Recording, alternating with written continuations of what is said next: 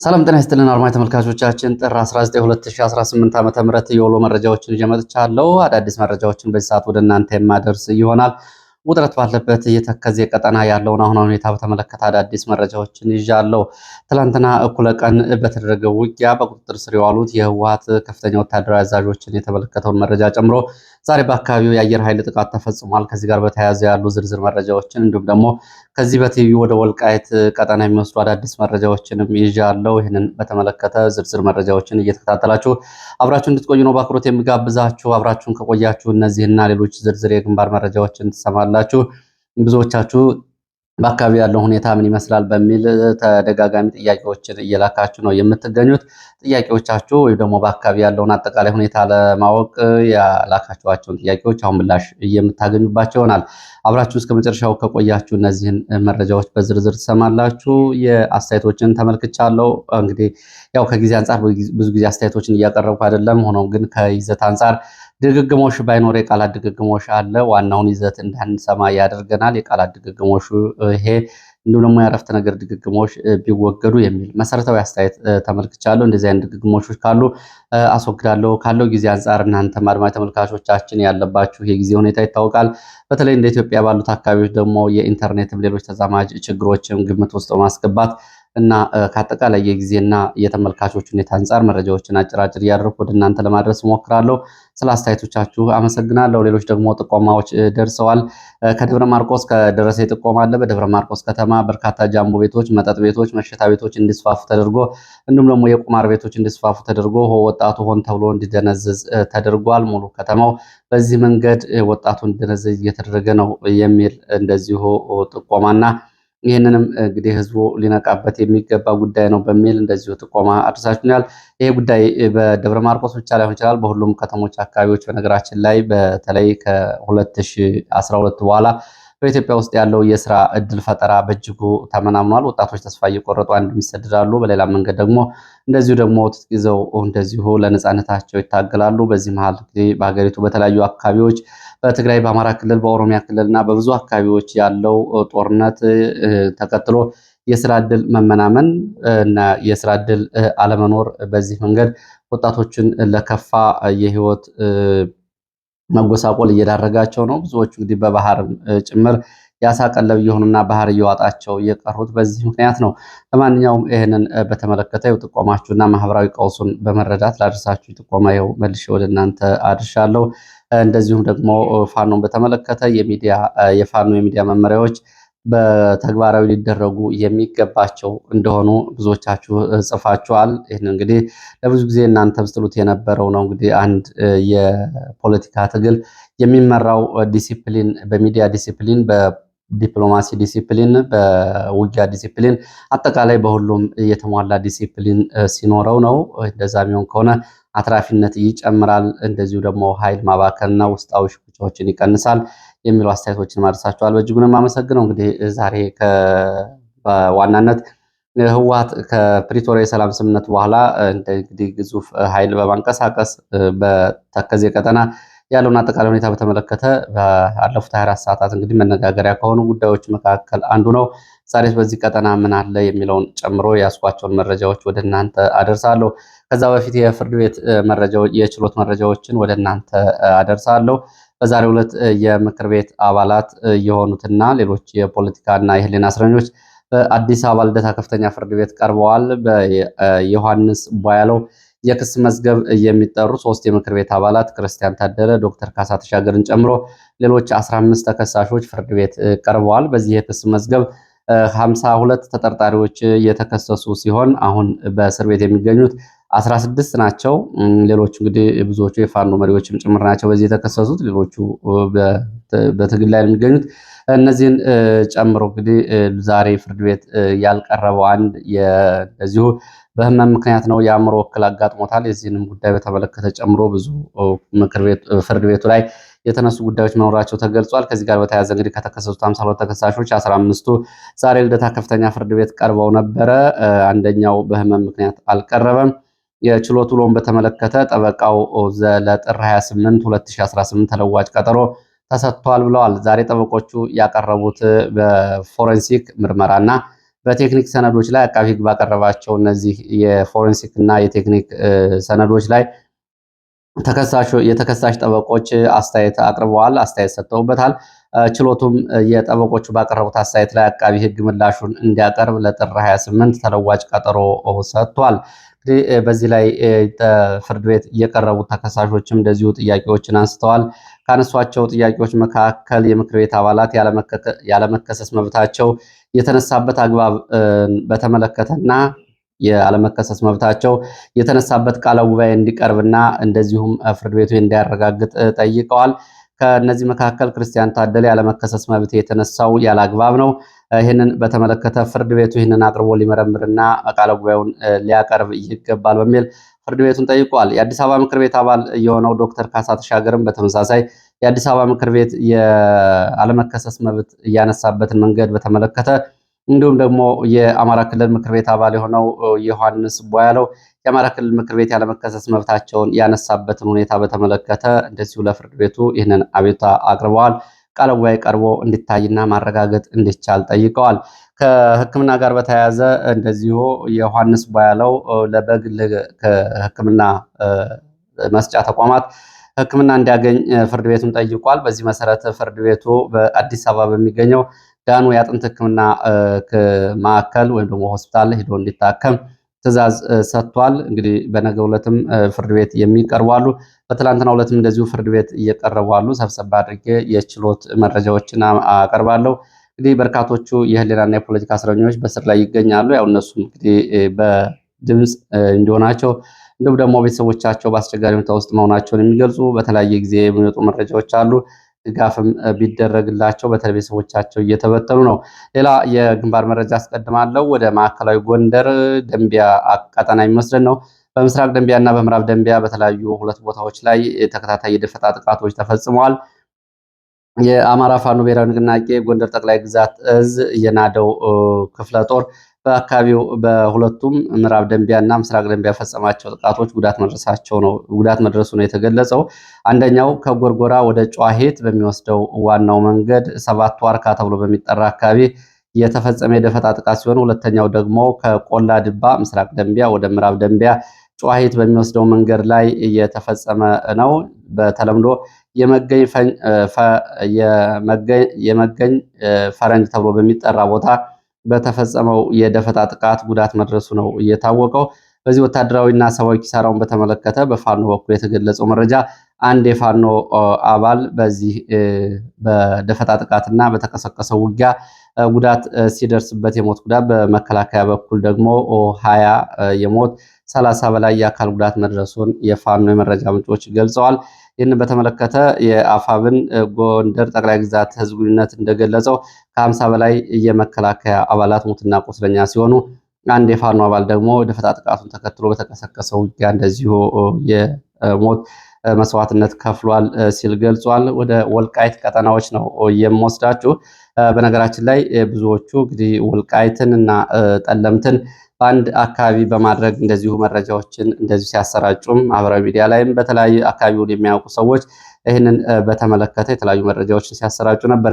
ምናልባት አካባቢዎቹን በትክክል የማታውቋቸው ካላችሁ የጉግል ካርታን በመጠቀም የአካባቢዎቹን እርቀት ልትመለከቱ ትችላላችሁ። አድማጭ ተመልካቾቻችን፣ በዚህ ግን ምስል የሚፈጥርላችሁ ከሆነ ጠለምት ተብሎ የሚጠራው አካባቢ አሁን በሰሜን ጎንደር የሚገኙ ከተከዜ ወዲህ ያሉ 3 ወረዳዎችን የሚያካትት ነው። ምዕራብ ጠለምት እንዲሁም ደግሞ ምስራቅ ጠለምትና የማይጠብሪ ከተማ አስተዳደር በአጠቃላይ 3 ወረዳዎች በህዋት ተይዘው የነበረው በህዋት የዞን አወቃቀር ሰሜን ምዕራብ ዞን ብለው የሚጠሩት ቀጠና ሲሆን በጎንደር ደባርቅ ሽሬ በሚገኘው የተከዜ ድልድይ በዋናው መንገድ የሚገኝ አካባቢ ነው። ወይም ደግሞ ሊማሊሞ ተራራን ወርዶ ወደ ተከዜ ቀጠና ያሉ አካባቢዎች ሲሆኑ እነዚህ አካባቢዎች ከወልቃይት ሩቅ ናቸው።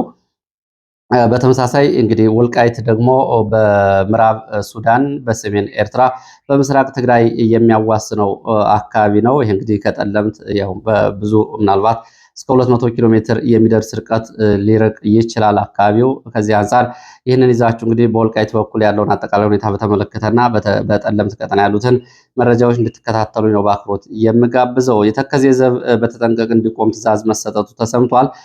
አንድ የዞኑ ባለስልጣን እንደገለጹት ህወሓት ከጠለምት ግንባር ባሻገር በወልቃይት 4 ዋና ዋና ግንባሮች ዝግጅት እያደረገ እንደሆነና ህወሓትን በተመለከተ ለህዝብና ለጸጥታ ኃይል የተጠንቀቅ ጥሪ መቅረቡ ነው የታወቀው።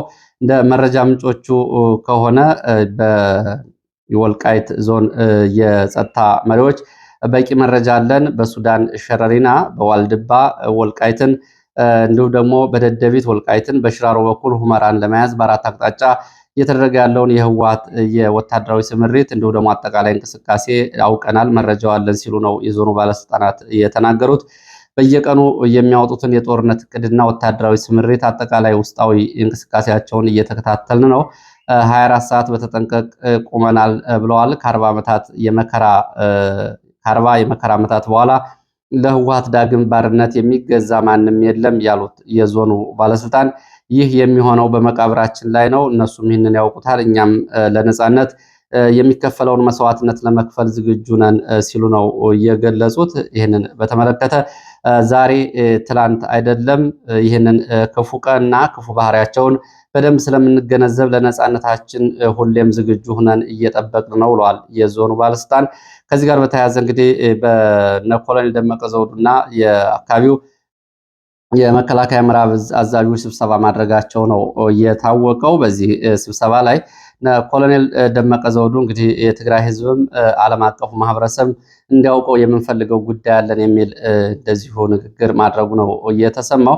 ኮሎኔል ደመቀ ዘውዱ ዓለም አቀፉ ማህበረሰብ የትግራይ ህዝብም እንዲያውቀው የምንፈልገው ማንኛውም ሰላማዊ የትግራይ ተፈናቃይን አንቀበልም ያልንበት ጊዜ የለም። ይህንን ለአሜሪካው በቅርቡ ወደ ወልቃይት ለመጡት የአሜሪካ አምባሳደር ጭምር አስረድተናል። በብሔራዊ ቴሌቪዥን ጣቢያዎች እንደዚሁ ይህንን አቋም አሳውቀናል። ሰላማዊ የትግራይ ተፈናቃዮች ወደ አካባቢው ቢመለሱ የደህንነት ዋስትናቸው ይጠበቃል የሚለውን በተደጋጋሚ ገልጸናል ነው ያሉት። ህወሓት ለዳግም ባርነት የሚያደርገውን ወታደራዊ ወረራ ግን በፍጹም አንታገሰውም። የሚጀምሩት ከሆነ አጸፋውንም ውጤቱንም አብረን የምናየው ይሆናል። ይህንን የምናደርገው እንግዲህ ለህልውናችንና ለነጻነታችን ስንል ነው። የትግራይን ህዝብ ግን ወደ ቀየው መመለስ ከፈለገ መመለስ ይችላል። ይህንን ጥሪ አቅርበናል ነው ያሉት። በዚህ እንግዲህ በዚህ በወልቃይት በኩልም እንደዚሁ የጋራ ስብሰባ መደረጉ ነው የታወቀው። በጋራ ስብሰባው የምዕራብ ዕዝ አዛዦች ከወልቃይት ዞን የጸጥታ እና የተከዜ ዘብ ጋር እንደዚህ ስብሰባ አድርገዋል። በዚህ ስብሰባ ወታደራዊ እቅድ የ24 ሰዓት ጥበቃ እንዲሁም ደግሞ ሌሎች ጉዳዮችን በተመለከተ በመከላከያ በኩል ትዕዛዝ ተሰጥቷል። በወልቃይት በኩል የምዕራብ ዕዝ አዛዦች ከተከዜ ዘብ ጋር እና ከተከዜ ዘብ አዛዦች ጋር ያደረጉትን ከሰዓት በኋላ ስብሰባ በተመለከተ ከወጡ መረጃዎች መካከል ኮሎኔል ደመቀ ዘውዱ ከመከላከያ ምዕራብ ዕዝ አዛዦች ጋር ያደረገው ስብሰባ እንግዲህ ከላይ የቀረበው ንግግርን ጨምሮ ሌሎች የዞኑ እና የአካባቢው ህዝብ ሊያደርጋቸው የሚገቡ ጉዳዮችን በተመለከተ ትዕዛዝ ተሰጥቷል ነው ያልተባለው። ለሰዓታትን ፈጀ በተባለው ስብሰባ የተከዜ ዘብና ህዝቡ የመረጃ ልውውጥ ስምሪት ላይ የጋራ ስምሪት እንደተሰጠው ታውቋል። የወልቃይት ዞን የወረዳና የዞን ባለስልጣናት ከቤታቸው ወጥተው ወደ ተከዜ እና ሱዳን የግዳጅ ቀጠናዎች ሂደው በተጠንቀቅ እንዲቆሙና ከዛሬ ከሰዓት በኋላ ጀምሮ ከተማ ውስጥ የሚኖሩ ስራዎችን ኃላፊነቶችን ለባለሙያዎች ወክለው ወደ ግንባር እንዲሄዱም እንደዚሁ ስምሪት ተሰጥቷል። የሕክምና ማዕከላት፣ የሎጂስቲክ እና ሌሎች ለዘመቻ አስፈላጊ የተባሉ ሁሉ በየደረጃው ዝግጅት እንዲደረግባቸው እንደዚሁ ትዕዛዝና ስምምነት መደረጉን የሚገልጹ መረጃዎች ወልቃይት አካባቢ ወጥተዋል። ያም ሆኖ እስካሁን ድረስ በወልቃይት አካባቢ ግን የተለየ ነገር የለም። ያው በጠለምት ካለውና በተለይ በሽራሮና በደደቢት ጸሊሞይ በኩል ያለው የህወሓት እንቅስቃሴ ግምት ውስጥ በማስገባት ነው። እንግዲህ 3 ወታደራዊ የህወሓት አዛዦች የሚመሩት ጦር ከትግራይ አቅጣጫ እንዲሁም ደግሞ ከሱዳን ደግሞ ጀነራል ሙዘይ መኮንን የሚመራው የህወሓት ታጣቂ ዝግጅት እያደረጉ መሆናቸው ነው የተገለጸው። ወደ ጠለምት ስንሄድ ጠለምት ዛሬም አሁንም ከሳብ በኋላ ዋናው መንገድ እንደተዘጋ ነው። በህወሓት ታጣቂዎች ህወሓት አሁንም ታጣቂዎችን እያስጠጋ ነው የሚገኘው። ውጥረቱ አይሏል። እንግዲህ በትግራይ በተከዜ በኩል በአራት አቅጣጫ እንዲሁም ደግሞ በሁለቱ የጠለምት ወረዳዎች ኃይል እየተጠጋ ነው የሚገኘው። ዛሬ ማለዳ የአየር ጥቃት መፈጸሙም ታውቋል። ዛሬ ማለዳ በተፈጸመው የድሮን ጥቃት ደገብራይ ተብሎ በሚጠራው ምስራቅ ጠለምት አካባቢ በሚገኙ የህወሓት ታጣቂዎች ላይ ጉዳት ደርሷል። የጉዳቱ መጠን በምን ያክል ደረጃ እንደሆነ የታወቀ ነገር የለም። ደገብራይ ሀምሾ ምድር ዙሪያ ነው ይሄ የድሮን ጥቃት የተፈጸመው። የድሮን ጥቃት የደረሰው ዝርዝር ጉዳት አልታወቀም። ተጨማሪ ድሮን ሀሳቦችም ከምስራቅ ጠለምት ደብረ ገብራይ ከተፈጸመ በኋላ ወደ ምዕራብ ጠለምት እስከ ዋልድባ ድረስ ባሉ የተለያዩ አካባቢዎች የድሮን ቅኝት መደረጉ ነው የተገለጸው። በመከላከያ በኩል እግረኛ ባለበት ቆሟል። የህወሓት ታጣቂዎች እንደዚሁ ለአዛዦቻቸው መልእክት ተልኳል። ባሉበት ነው ያለው። ፍጥጫው ቀጥሏል። የህወሓት ታጣቂዎች በ24 ሰዓት ውስጥ አዳዲስ የያዟቸውን አካባቢዎች ለቀው ወደ ኋላ ተከዜ እንዲሻገሩ ትዕዛዝ ተሰጥቷል።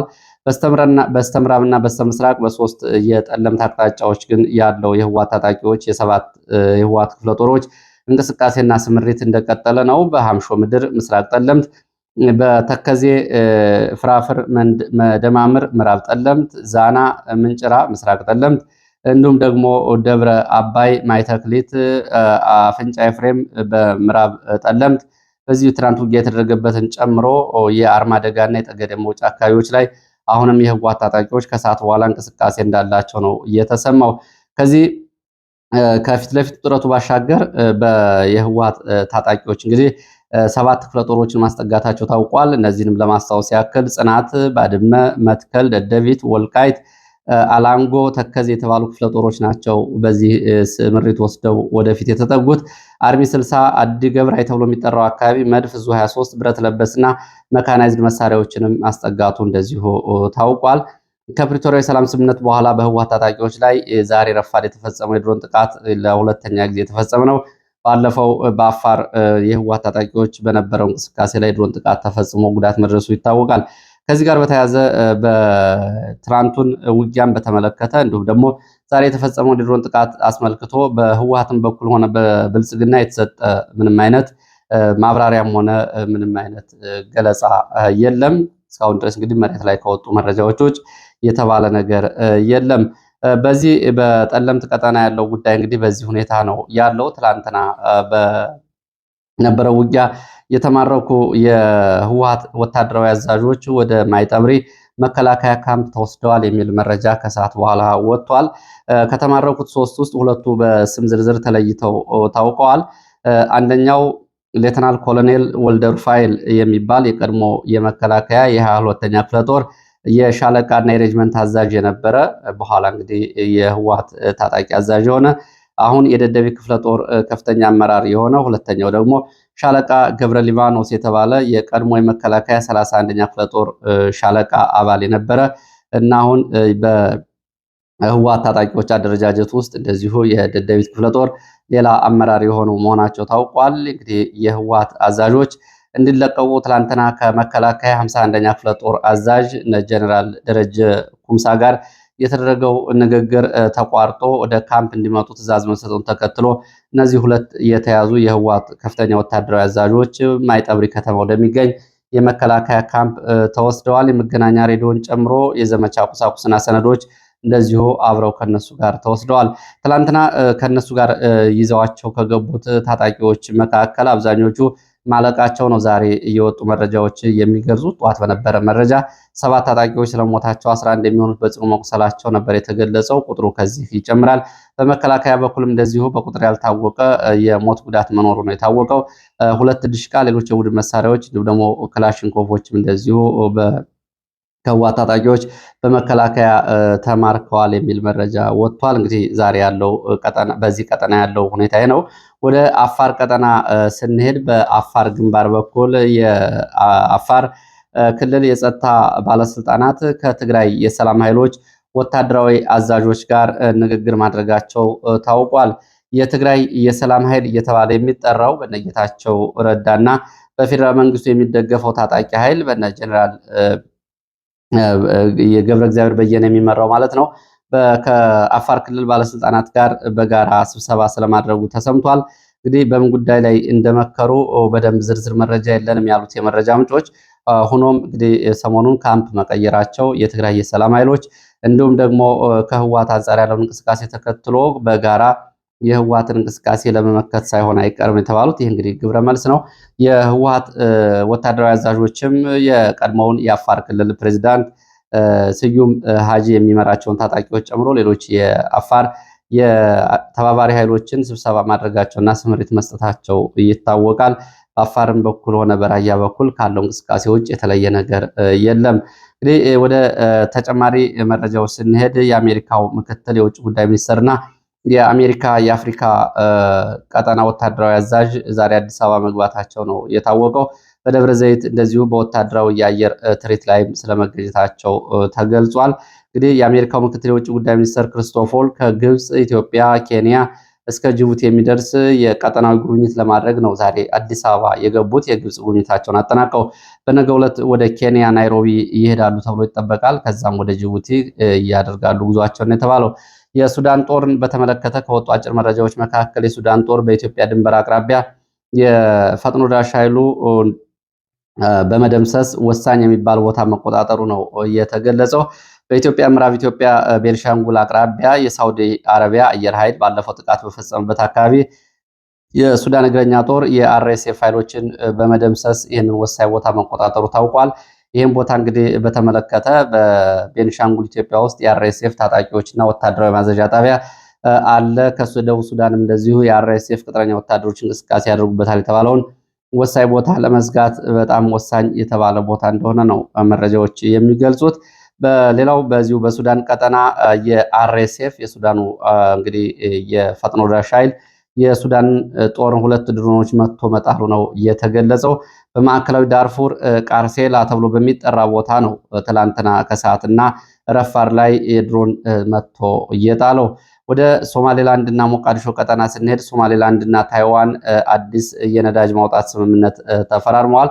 ሁለቱም ሀገራት እንግዲህ በዓለም ላይ በቂ እውቅና የሌላቸው ራስ ገዞች ናቸው ቢባልም ዛሬ ሁለቱ ሀገራት የነዳጅ ለማውጣት ስምምነት ተስማምተዋል። ታይዋን በሶማሌላንድ ነዳጅ ለማውጣት የኢነርጂ ስምምነት አድርጋለች። ይሄ ሞቃዲሾንና ቻይናን እያስቆጣ ዲፕሎማሲያዊ ግንኙነት ነው። ሌላውም ወደ ሞቃዲሾ ስንሄድ ሞቃዲሾ እንግዲህ በአየር ክልሏንና የባህር ክልሏን እንዲሁም ደግሞ የመሬት ክልሏን ቱርክ እንድትጠብቅላት ያው ውል መስጠቷ ይታወቃል። ይህንን ተከትሎ ዛሬና ትላንትና ከቱርክ ወደ ሞቃዲሾ ግዙፍ ወታደራዊ ሎጂስቲክ የጫኑና ወታደራዊ ጦር መሳሪያ የጫኑ የቱርክ አውሮፕላኖች ወደ ሞቃዲሾ እየገቡ መሆናቸው ነው የታወቀው። እንግዲህ ይህንን በተመለከተ ከኢትዮጵያና ከቀጠናው ፍላጎት አንጻር ምን አይነት ጉዳዮች ይመጣሉ ወደፊት የሚለው አብሮ የሚታይ ነው የሚሆነው። ለሰዓት የነበሩኝ አጫጭር መረጃዎች እነዚህ ናቸው። ስለተከታተላችሁ በእጅጉ አመሰግናለሁ። በሌላ ተመሳሳይ መርሃ ግብር እስከምንገናኝ ከቢስ